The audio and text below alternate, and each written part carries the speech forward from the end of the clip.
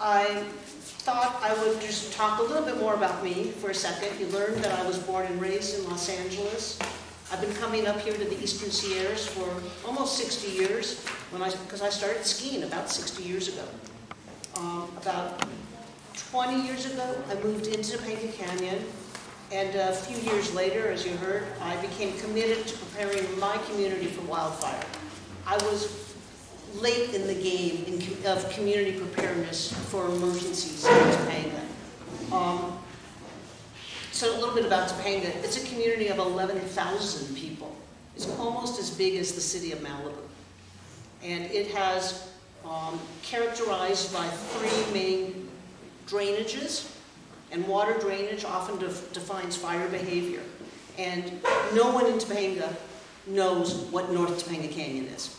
The fire department created that for us, and we had to live with it.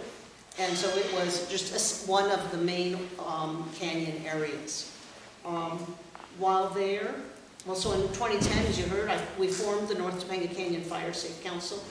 The fire department had this idea that there would be a total of three: north, south, and west. Don't mean anything to Topangans. While I was running the Fire Safe Council, I wrote and managed a total of 6 grants with a value of over $362,000, and I documented more than $465,000 worth of match. When you hear about Fire Safe Council, those grants all require dollar for dollar match. If you get a grant, if you get $1 from them, you've got to find $1. And we did it all with volunteer time. And then in 2021, after I moved out of Topanga Canyon, I helped lead Topanga to go through the process of becoming a fire-wise community. So I know about fire safe councils, I know about fire-wise communities. I've done them both. So this next slide is my first experience of wildfire. I was in kindergarten. This is my mother. This is the 1961 Bel Air fire. My mother, it's a photograph of my mother running out of the door of our home with a neighbor behind her. His house had just burned down. She was aware of photographers running on this road, and this photograph was published in the Paris Match and the German Stern. Those were the Look and Life magazines of those countries. The 1961 Bel Air fire burned over 6,000 acres and destroyed 484 homes, all within the city of Los Angeles. People who lived there had no idea where they were living, not a clue. And actually, people living in exactly that same area today, they don't have a clue either as to where they're living. It's considered the first major wildland-urban interface, WUI, you might hear that term, WUI, W-U-I, wildfire. And as a result of this fire, the studying of how homes ignite by wildfire really started. Jack Cohen is a name that comes up, he's now retired, but he really created that field of figuring out how homes ignite, because homes ignite that are way far away from the flames. And so that's a lot about what you want to be thinking about. So I know you guys are from more than just Crowley, but I did a little bit of Googling on Crowley Lake community, and it tells me that it's about 1,100 people, maybe about 400 homes. Don't know if that's right or wrong, but I'd like you guys to tell me a little bit about yourself. And first of all, how many of you live in Crowley? Okay, so a good number of you. And where else other people, you just live in the other communities that you were mentioning around here. And that's great, because I'm all about community organizing and working just local. So one question is really important, is how long have you lived here? So why don't you just answer my questions. It doesn't matter if you're in Crowley or not, just you're here. By a show of hands. So who's lived in this area for less than 5 years? Okay. How about 5 to 10 years? 10 to 20 years? More than 20 years? Okay, so we got the old timers, and we got a bunch of people about equally scattered across those earlier years. That's really important and helpful information. So, do you own your home? Could you raise your hand? Just raise your hand. Okay, so most people, and how many of you rent? Okay, because that's another big differentiation in terms of what you're able to do with your house. In Topanga, I've actually, it was pre-Zoom, video timed with owners of homes as I walked around helping the tenant understand what they could do. And then, how many of you guys know your neighbors?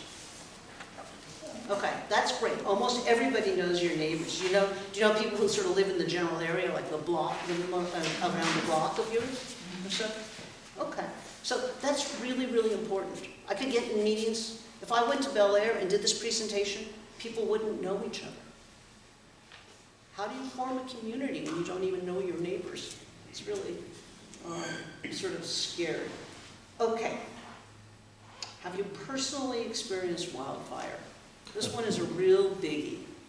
So, how many people have personally experienced wildfire? Okay, a lot of you guys have. Have you had to evacuate? In that experience, did you evacuate from your home? Yep. Did your property burn? No. No one lost their homes. Your property burned, you lost your home? Lost your home. Well, I wasn't living there at the time. But your home did burn down and got rebuilt. Okay. And are you worried? Are you guys worried about wildfires? Yeah. That's why you came. You didn't want to spend a nice sweltering night in the community center just for the hell of it, right? Okay, so we've really, so we have a sense here. You guys are actually fairly unique, and you need to own it, which is that you know each other, because wildfires don't care about boundaries. They don't know those boundaries, and they don't know city jurisdictions and responsibility areas, and they just go however they're going to be driven by the way the winds are blowing and the way the fuel is. And so, so you have the opportunity to really organize. So what I want to talk about is actually the end of the story first. Because being a wildfire prepared community actually does make a difference. And it makes a difference in the survival rate of homes, which is ultimately what we really care about. We want our homes to survive, and we don't want a loss of life. So there were two major studies. One was called the Waldo Canyon Fire. And the Waldo Canyon Fire was in Colorado Springs, was a community near Colorado Springs, that was studied in 2012. And there was a big pre-fire mitigation work that was conducted in the high-risk areas of that community. And it was credited with helping the fire department achieve an 82% save rate. Okay? The study found that in one neighborhood, they spent $300,000 in 2012 on mitigation work. And the estimate is that over $77 million in losses was prevented. So by organizing and working together, you can't do this work alone, and you can't ask your fire department to do it. You can make a difference. And the conclusion was that to be successful, pre-fire mitigation had to be conducted at both the individual and at the community levels. So the Fort McMurray fire was in 2018, 16. And that was up in Canada. And structure loss there, they found, was not at all random, but it was dependent upon the home's wildfire preparedness. The study found that 81% of the homes that survived had a FireSmart, that is Canada's equivalent-ish rating system to FireWise, but they actually do a hazard rating, and there, 81% of the homes that survived had a hazard rating of low to medium, meaning that they were well prepared for wildfire. However, most of the homes that were destroyed had a high to extreme FireSmart rating. So we know what we can, there is a lot of knowledge about what you can do. It doesn't guarantee your house is going to survive, but there's a lot of work and things that you can do to make a difference. So the question really is, how do you become a wildfire prepared community? And so that finally is what I'm here to talk about tonight. And fortunately, it's something you don't have to create on your own. There are a number of different models, and I probably have already mentioned all of them in passing, perhaps. And I'm here to guide you not only tonight, but into the future. My passion, since I don't live in Topanga anymore, is really mentoring and helping other communities find their way through this morass of information. So there are 3 different models that I want to talk about. I'll use the word models loosely. One is a phrase that you might have heard, Fire Adapted Communities Learnings Network, the FACNet. Fire Adapted Community is a great phrase. That's really what you're really trying to get to. Fire Safe Councils, you certainly have heard talk about that, and Firewise Communities. So, Fire Adapted Communities Learning Network was launched in 2013, and it focuses on demonstrating, innovating, and rapidly and broadly disseminating practices that improve community wildfire resilience. It's got a national focus, and the way they describe themselves is as being comprised of about 24 core members and more than 160 affiliates. I don't know what that means. They say that Fire Adapted Communities, it's not a program, rather it's a holistic and adaptive framework to help communities live better with wildfire. So here's a place where you can start, it starts defining for you the issues that you want to look at or consider. But it's really oriented towards helping agencies focus their work. And when you look at their languaging and what they're interested in, it does involve community members, but it's not its primary focus. So reading clockwise around the, this is interesting. Okay. Reading clockwise from around the blue ring, if you can even begin to read it, but I'll read it to you. The top one, it says public health. The next one, over going clockwise, is prevention, then regulation, policy, and plans. Doesn't sound like anything a community thinks about, right? Infrastructure and business, recovery, safety and evacuation, wildfire response, resident mitigation, and then on the green, they say Firewise USA, defensible space, home hardening, and wildfire prep week, which is part of Firewise. And then the last 2 are partnerships and community engagement and landscape treatments. So, although this is a great resource, and it's one that as you get into doing this work, you're going to want to look at, it's not really one to use to organize your own community.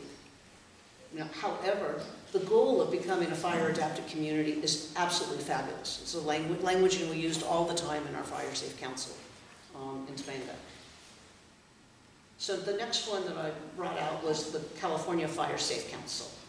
So the California Fire Safe Council is the umbrella organization for all the Fire Safe Councils. It's based in Sacramento, and it focuses only on California and a little bit of Nevada that's around Lake Tahoe. It was formed in 1993 to bring together community leaders, government agencies, and corporations to provide education to the dangers of wildfire and how they could be prevented. In 2002, they became a clearinghouse for federal grant money, because being a little fire safe council trying to apply up to the Forest Service for grant money was really difficult. We were all too little, and the Forest Service didn't want to deal with us. And they actually didn't have any idea how to best allocate their money to California. So the California Fire Safe Council now writes a master grant, and then it distributes it to the sub-grantees, primarily the local fire safe councils. Since 2004, according to the website, I don't know when it was last updated, they're a little bit flaky, they've provided more than 1,200 grants totaling more than $118 million to help build a fire-resilient California. So in Mono County, there are fire-safe councils, all with varying levels of activity in them. There's one, the Mono Basin Fire-Safe Council up in Levining. June Lake has a fire-safe council. Mammoth Lakes has a fire-safe council. And Wheeler Crest, Swallow Meadows has a fire-safe council. Having run a fire-safe council, I can tell you they burn you out fast. So today, a California Fire-Safe Council is they require that a community demonstrate that it's committed to wildfire preparedness before it becomes a fire-safe council. And their #1 choice for how you show that commitment in order to then be able to apply and manage grants is to become a fire-wise community. And so with that, let's go talk about FireWise, the FireWise USA program. I'm sorry about the slide. I couldn't find any good graphics. And so FireWise USA is a national recognition program. It's under the umbrella of the National Fire Protection Association, NFPA, the grandfather of creating all the building codes and a lot of the research related to how fire behaves. You probably see a lot of NFPA writings over the years. And so they recognized this need to organize communities, and they created the FireWise USA program. Their website is just chock full of information about the program and about wildfire preparedness activities. It is, in my opinion, the best program to use to initially organize your community to become wildfire prepared. Its entire focus is the community level, and it's absolutely reliant upon volunteers. It gives you a great name, a tagline, FireWise, to use in your communications, which is really, really important as you start trying to reach out into your community members to work together. And by the way, the designation might give you a discount on your home insurance, fire insurance. It might. In Topanga, the California Fire Safe Council would come to us and say, why aren't you guys FireWise? Why aren't you a FireWise community? And we would look at them and say, we don't see any reason to be a FireWise community. There's no benefit to us. We don't want to put a sign up that says, welcome to Topanga Canyon, a FireWise community. That doesn't mean anything to us. And then all the insurance companies began to recognize that maybe they ought to be able to give a slight discount. A little bit more than a cup of coffee, what can I say? So the FireWise website is really great at describing how you become FireWise, and they really say it's these 4 steps. First, you organize it, so you create a board or a committee of volunteers to represent your community. In Topanga, we chose all of the emergency preparedness organizations, and there's a bunch of them are on our FireWise committee, as well as a guy who sells insurance in the canyon. And so that was our community group of volunteers that run it. The first thing this group does is you've got to define the boundaries of your community. And I was just talking to the CAL FIRE guy that manages Mono County and Inyo County and Riverside County, and he lives in Riverside, about could you change boundaries? And he said, well, he'd rather see everyone make bigger boundaries than make them bigger over time because you can only change them annually. But I didn't even know that you could do that. I thought you couldn't. But that boundary becomes important because if you exclude someone, they might not be able to get the discount because they're not part of your FireWise community. So a community can be as small as 8 homes, like a cul-de-sac, or as large as 2,500 homes. In Topanga, I got a variance so that we could be one FireWise community of 3,200 homes. CAL FIRE, it took a bit of work with CAL FIRE to make that happen. Then you plan it, and you collaborate with the local wildfire expert who's identified by CAL FIRE for your community during your application process. I'm still trying to figure out who that guy is. They then, that wildfire expert identified by CAL FIRE, complete a community wildfire risk assessment. It's a very specific document using the FireWise template. And then based upon this assessment, the board then creates a 3-year action plan. And then you go off and do it. And you, at a minimum, after your first year, so the process of creating the application gets you your first FireWise community certificate, which you then could present to your insurance agent, if you like, on Fair Plan, and get a little bit of a discount. Then at a minimum, each year, your community is required to annually invest the equivalent of 1 volunteer hour per home in wildfire risk reduction actions. It's a really low threshold. And there's a long list, and I'll talk about it in a few minutes, about activities that qualify. And then every year you've got to tell FireWise USA about it, so that then they can recertify about what your community's done, so they can recertify you, and you get your status renewed. And then every 3 years you need to update your action plan, and every 5 years the assessment needs to be redone. It's really not that difficult to manage. So FireWise provides 2.5 pages, a 2.5-page list of examples of activities that count towards your annual recertification. It's a great list of things to look at that you should do, that you could think about doing even if you're not yet FireWise. There's a lot of stuff is at your own home, and they divide them into categories. They divide the list into categories on the screen that are on the screen. But those, they say, these are just suggestions or ideas. Hey, you might have better ones or different ones that work for you. So basically, anything you do related to wildfire preparedness counts in this towards your recertification. You can rake leaves or pine needles, and that counts. I know everybody here spends more than 1 hour a year raking leaves or pine needles. I'm certain. You could also you could be paying someone to do that raking, and that also counts. You could do real improvements to your house. That would count.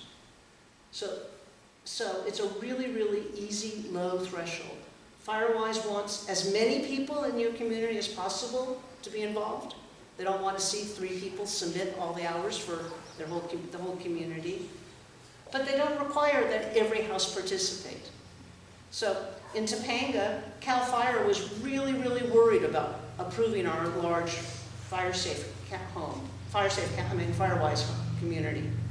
And their concern was that only a couple of people would participate and would get the designation for everybody. And so Topanga is divided into zones for evacuation and repopulation. And so when we created actually just an online submission form, we asked everyone to identify the zone they live in, so that then we could present to CAL FIRE and we could say, look, our community is represented. Activities come across everywhere. So that was a way for us to be able to demonstrate that we were widely participating. So right now, there are no FireWise communities in the Eastern Sierra. And I'm excited and committed to help guiding you on your journey to making this happen for you guys.